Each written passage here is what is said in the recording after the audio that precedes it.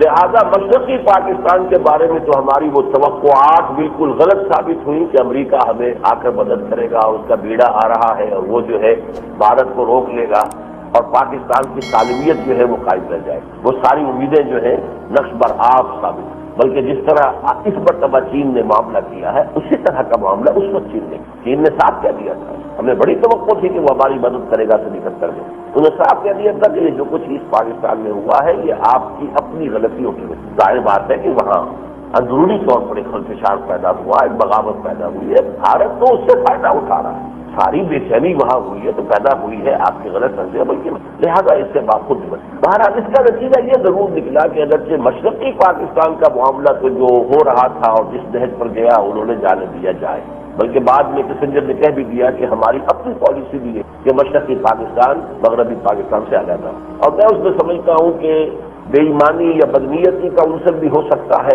لیکن ایک نیک نیتی کا پہلو بھی ہو سکتا ہے کہ امریکی اس نتیجے پر پہنچ چکے تھے کہ یہ دو خطے ساتھ نہیں چل سکتے. کوئی پولیٹیکل ایکویشن ان کے درمیان بنتی ہی نہیں. یہ اپنی جگہ ایک بہت بڑی حقیقت ہے، لیکن یہ کہ بہرحال ان کی اپنی پالیسی بھی درپردہ یہی تھی کہ یہ علیحدہ ہو جائے تو بہتر ہے. اگرچہ ہمیں کچھ دھوکے میں رکھا انہوں نے کہ مدد کریں گے، اور ہمیں خبریں بھی سنائی گئی کہ فلاں بیڑا جو ہے وہ چل رہا ہے اور بحر ہند میں داخل ہو گیا، گویا کہ آیا آج آیا کہ کل آیا. لیکن بہرحال یہ کہ مغربی پاکستان کو بھی اس وقت جو بچایا ہے یا تو مشیت ایک کی ہے، وہ تو سمجھیے فاعل حقیقی تو وہی ہے، لا فاعل فی الحقیقت ولا مؤثر الا اللہ. لیکن یہ کہ عالم اسباب میں اس میں کوئی شک نہیں، ہماری کوئی حیثیت نہیں رہی تھی بھارت کے مقابلے. یہ میں بارہا کہہ چکا ہوں، زیادہ سے زیادہ 6 دن میں مغربی پاکستان ختم ہو. ایئر فورس ہماری تقریباً ناک آؤٹ ہوئی. روس نے اس طرح کے ہیلی کاپٹر دے دیے تھے جیسے اواق طیارے بعد میں آئے ہیں کہ ان کے اوپر وہ سارا جو ہے فٹ ہوتا تھا، ہوا میں وہ تیر رہے ہیں، اور اگر ہمارا ایک جہاز میں جنبش کرتا ہے زمین پر تو ان کو اتنا ہو جائے. اب کیا کریں، مفلوج ہو کر لگے کو. ہماری میری تو کماڑی میں آ کے مار گئے، وہ بھی آپ کو یاد ہو ہٹ کیا. ہمارے جو لینڈ ڈیفینسز تھے، گراؤنڈ ڈیفینسز 2 جگہ سے ٹوٹ چکے. راجستھان سیکشن یا سندھ میں ختم ہو، شکر گڑھ میں تیزی کے ساتھ ان کی پیش ہے. یہ دیکھیں ایک جو ہے ایک ٹاسک فورس لے کر ٹکا خان صاحب بیٹھے ہوئے تھے سلیمان کی ایڈوائس پر. بس یہ تھی ہماری فکر. یہ ہوا ہے یقیناً مشیت ایزدی، اور اس کے بعد عالم اسباب نے ایک گزارش ہے، اگر آپ ہمارے چینل پر نئے ہیں تو سبسکرائب ضرور کریں اور ڈاکٹر اسرار احمد. نکسن کا فون گیا ہے کوسیجن کو، کوسیجن کا فون آیا ہے اندرا گاندھی، حکم آیا ہے یونیلیٹرل یک طرفہ اعلان جو ہے فاربندی کا کام. بہرحال سقوط پاکستان کی شکل میں ہم پر عذاب الہی کا پہلا کوڑا برسا ہے. وَلَنُذِيقَنَّهُم مِّنَ الْعَذَابِ الْأَدْنَىٰ دُونَ الْعَذَابِ الْأَكْبَرِ. میں نے یہ آیات آج پڑھی سورہ سجدہ کی. اللہ تعالیٰ درگزر بھی کرتا ہے، معاف بھی کرتا ہے، مہلت بھی دیتا ہے، رسی بھی دراز کرتا ہے، لیکن وہ سزا نہیں دیتا. فرمایا وَلَنُذِيقَنَّهُم مِّنَ الْعَذَابِ الْأَدْنَىٰ دُونَ الْعَذَابِ الْأَكْبَرِ. ہم انہیں بڑے عذاب سے پہلے چھوٹے عذاب کا مزہ چکھائیں گے لعلہم یرجعون، تاکہ یا شاید کہ یہ ہوش میں آ جائے، عقل میں آ جائے، رجوع کرے، پلٹے، توبہ کرے. ہمارے دل 25 برس کی مہلت اللہ نے دی تھی، نہ ہماری اسلام کی طرف کوئی پیش رفت تھی. وہ جو نعرے ہم نے لگائے تھے پاکستان کا مطلب کیا، لا الہ الا اللہ، وہ لا الہ پر آ کر بات ہو گئی، لا الا اللہ ہے. سارے مظالم جو ہے میں بعد میں کروں گا ہم نے جاری رکھے. جاگیرداری نظام کو ہم نے برقرار رکھا. جو بدترین ظلم ہے وہ عرضی کار کا خون پسینہ اور عیش کرے جاگیردار کرے، اس سے بڑا ظلم کوئی نہیں، ہم نے جاری رکھا. بہرحال پہلا کوڑا عذاب کا ہماری پیٹھ پر برسا. اس کا منطقی نتیجہ کیا نکلا، وہ ہماری مد مقابل والیت سے ختم ہو گئی. اب وہ برابر کی چوٹ ملی، ہمارے غبارے میں سے ہوا نکل گئی. چنانچہ میں نے یہاں بھی سنایا تھا آپ کو، پہلی مرتبہ جب بھارت گیا 1980 میں تو علی گڑھ کے مسلمانوں سے گفتگو ہوئی تو انہوں نے کہا مجھ سے کہ ہم سن 71 تک یہ سمجھتے تھے کہ پاکستان ہمارا محافظ. اب سن 71 کے بعد ہم یہ سمجھتے ہیں کہ پاکستان اپنی حفاظت کر لے تو بہت بڑی بات ہے، ہماری کیا حفاظت کرے گا. یہ ہے وہ نفسیاتی انفرادی پر. اور آج آپ دیکھ رہے ہیں بات کہاں تک پہنچ گئی. دہلی کے ائمہ مساجد نے مل کر وفد کی صورت میں جا کر حکومت ہند کو اپنے تعاون کا یقین دلایا ہے. اس پورے کشمیر کے مسئلے میں پوری تائید اور بھرپور کی. ائمہ مساجد جمعیت علماء ہند کا ایک جلوس، اس کی فوٹو بھی آپ نے اخبارات میں دی. ان کا بینر یہ تھا، وی وانٹ انٹائر کشمیر، یہ آزاد کشمیر بھی ہمیں ملنا چاہیے، بھارت کے ساتھ آنا چاہیے. اب ہندوستان کے مسلمان کی بنیادی ذہنیت میں تبدیلی آ چکی. اس کی سوچ اس طرح پاکستان کے ساتھ اب نہیں. اس لیے پاکستان نے کیا کیا، وہ اسلام قائم کیا، اسلامی نظام قائم کیا، کچھ کیا ہو تو ان کو تو دے آئے تھے اور ہندو کا جو ہے یرغمال بنا کر آ گئے تھے، یہاں سے کیا کیا ہے؟ تو ظاہر بات ہے ان کی ہمدردیاں واپس ہم کہتے ہیں، بہرحال بندے مقابل کی حیثیت ختم ہوئی، لیکن مغربی پاکستان کے مسلمانوں نے اسے ذہن تشریف، اس لیے کہ مشرقی پاکستان کا سانحہ ہم سے ذرا 1000 میل دور گزرا، جو بھی ہتھیار ہم نے جو ہے وہ چھوڑے اور گرائے، ہتھیار ڈالے اور وہاں ڈالے، 93,000 قیدی ہوئے وہ وہاں ہوئے، پھر تھوڑا تھوڑا کر کے لوگ آ گئے اور آ کر کروڑوں میں آ کر 93,000 جذب ہو گئے، پتہ بھی نہیں چلا۔ مغربی پاکستان کے لوگوں نے اس کے صدمے کو محسوس نہیں کیا جیسا کہ کرنا چاہیے تھا۔ تیسری بات اب جو ہے اس دور کی جس کا میں تذکرہ کر رہا ہوں، یہ ہوا کہ اب امریکی امداد ختم ہو گئی، کیونکہ اب امریکہ کی آپ سے کوئی احتیاج نہیں، آئے کو امداد دے گا۔ اب شروع ہوا سودی قرضوں کا معاملہ، امریکی امداد سے جو ٹی بی کا بڑا شروع ہوا تھا، سودی قرضوں کے آغاز سے اس نے کینسر، بلڈ کینسر کی شکل اختیار۔ ظاہر بات ہے کہ جو قرضے آتے تھے بڑا حصہ کرپشن کی نظر ہو گیا، محل بن گئے، کوٹھیاں بن گئی، باہر کے بینک بیلنس بن گئے، سب کچھ ہو گیا، تھوڑا بہت کوئی کام ہوا بھی تو وہ نچلے درجے پر بھی تو کرپشن ہوتی ہے، 1 کروڑ کا کوئی پروجیکٹ ہے تو اس میں تو 20-25 لاکھ ہی لگے گا کام پر، تو باقی تو وہ نیچے بھی تو آخر ایس ڈی او بھی ہیں، اوور سیئر بھی ہیں، ایف سی این بھی ہیں، آخر اس کے حصے بھی ہیں، وہ جو اوپر جو ہے ملائی جو اتار لی گئی اس کے نیچے کا دودھ جو ہے وہ بھی تو آخر حصہ رکھتے تھے۔ اب آئیے چوتھا دور، سن 79 سے 89 تک تقریباً یہ 10 سال ہے، ایک بالکل نئی صورتحال دنیا میں پیدا ہوئی، افغان جہاد، روسی فوجوں کا اتنا بڑا بلنڈر جو انہوں نے کیا کہ افغانستان میں اتنا، اب امریکہ کے لیے یہ سنہری موقع تھا ویتنام کا بدلہ روس سے چکانے کا، اور اس نے دیکھا کہ مسلمان مجاہدین افغان جو ہے وہ مرنے کے لیے بڑی آسانی سے تیار ہے، لہذا پھر اس نے داؤ لگایا، پیسہ بھی لو، ہتھیار بھی لو، گاڑیاں بھی لو، 4 ویل ڈرائیو والی گاڑیاں، بڑی ویکل جو ہے وہ گاڑیاں چلی آ رہی ہیں، اسٹرنگر میزائل بھی لو، سب کچھ لو، اور یقیناً اس نے اپنا مقصد حاصل کر لیا۔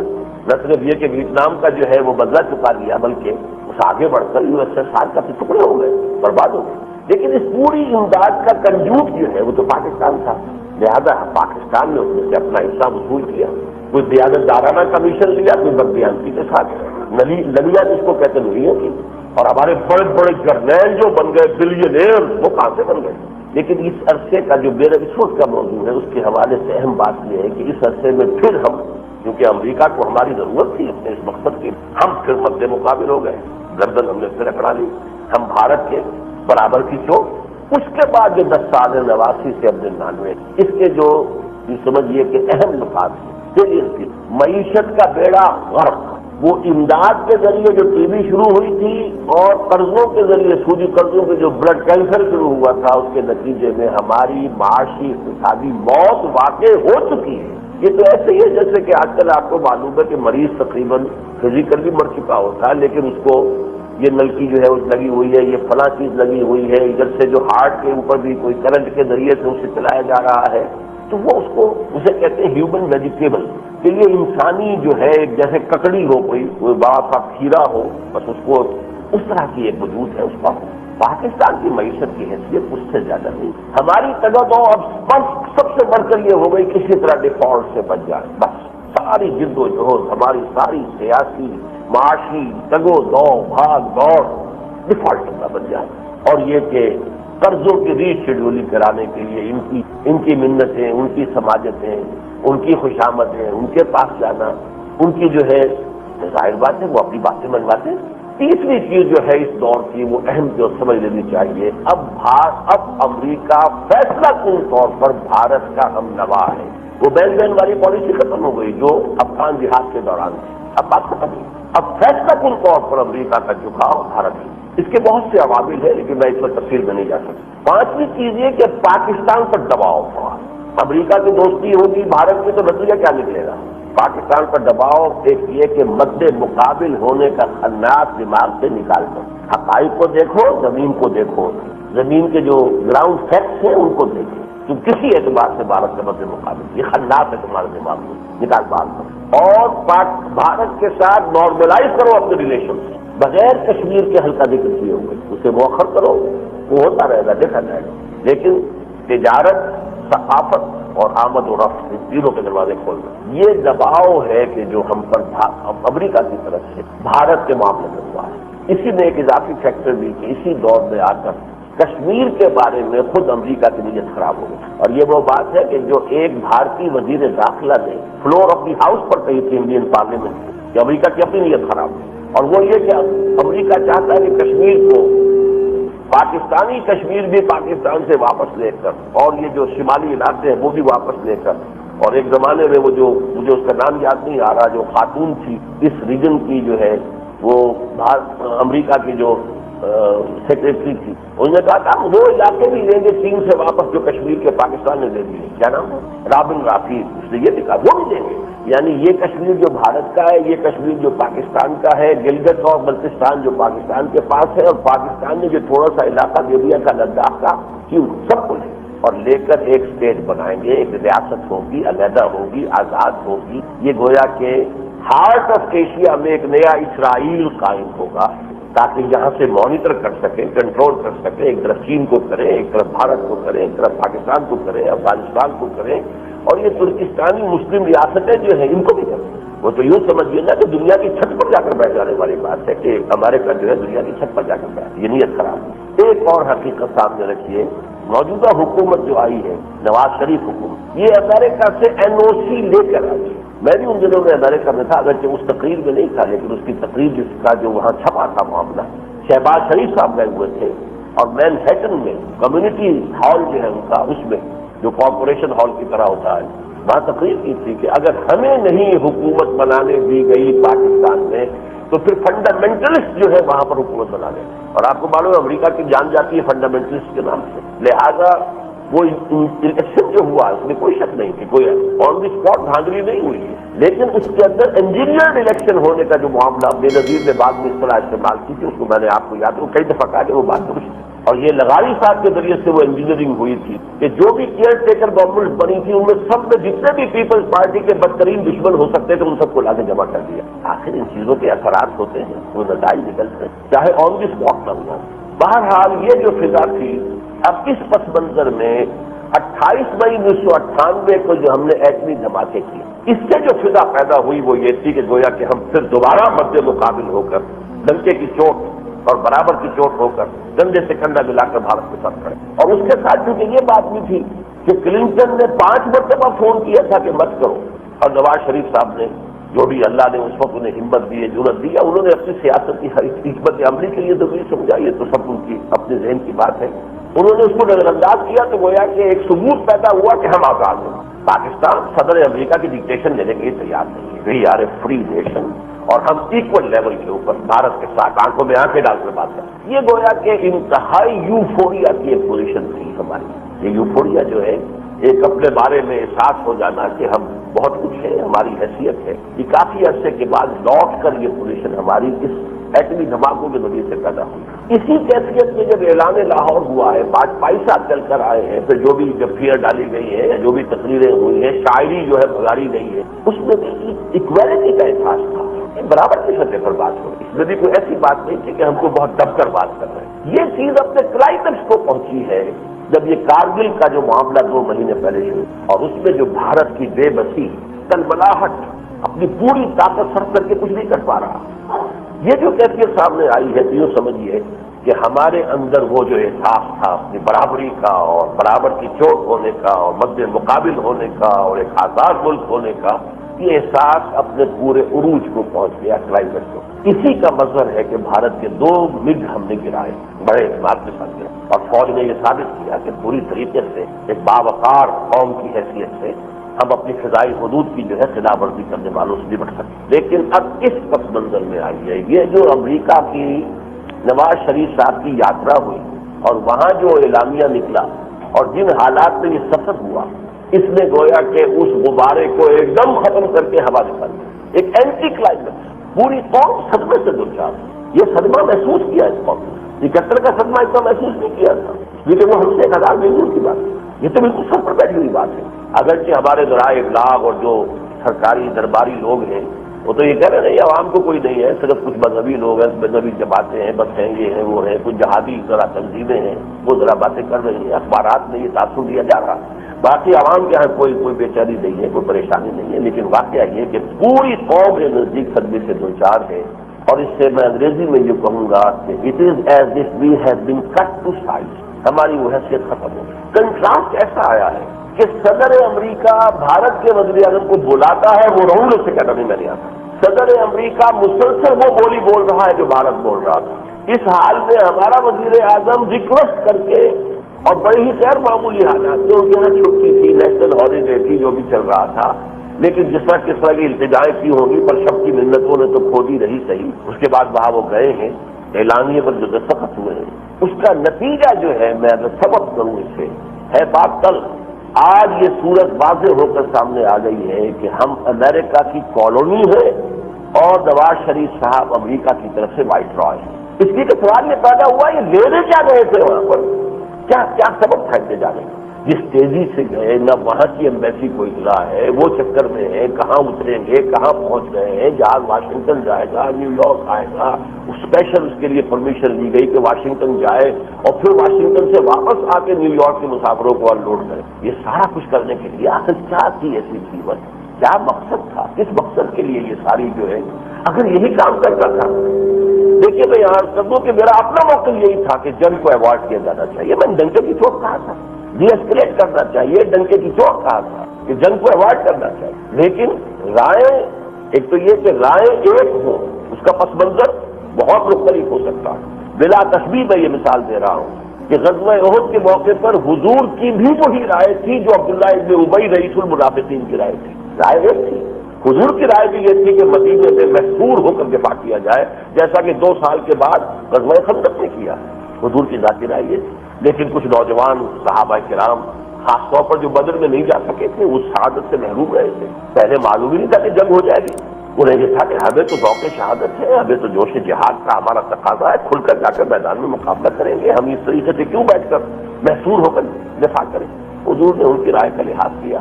عبداللہ ابن ابی کی رائے بھی وہی تھی، لیکن ظاہر بات ہے کہ عبداللہ ابن ابی کی رائے کی بنیاد بزدلی تھی، منافقت تھی۔ محمد رسول اللہ صلی اللہ علیہ وسلم کی رائے کی بنیاد بالکل اس کے برعکس، رائے ایک ہو جانا اور بات ہے۔ میں بھی چاہتا تھا کہ یہ صورت ڈی ایسکیلیٹ ہو، لیکن کیسے آئے وہ یہاں خدا کرے، پرنا خدا کرے کہ یوں؟